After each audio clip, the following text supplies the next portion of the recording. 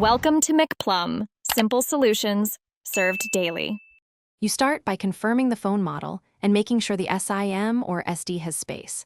This avoids write failures.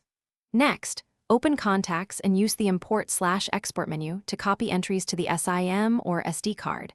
Export in small batches if the SIM is full. Once done, physically remove the SIM or SD and label it so you don't mix backups. These steps create a fallback copy you will use to restore deleted records, and they speed up recovery by isolating original data. Now focus on restoration.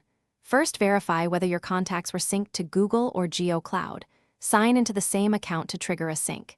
If you exported to SIM or SD, insert that media and choose Contacts, right arrow import, then select the exact source. During import, pick vCard or SIM entries and confirm duplicates handling. Choose Merge to avoid losing existing contacts. If the import shows fewer contacts, repeat with other backup batches or check hidden groups in contact settings to reveal restored items.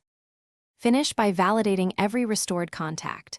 Open Contacts, inspect groups, and confirm entries saved to the intended storage location. If some contacts remain missing, retry the import from other backup files or run a second cloud sync. Corrupted vCard files may require re-export from the original device.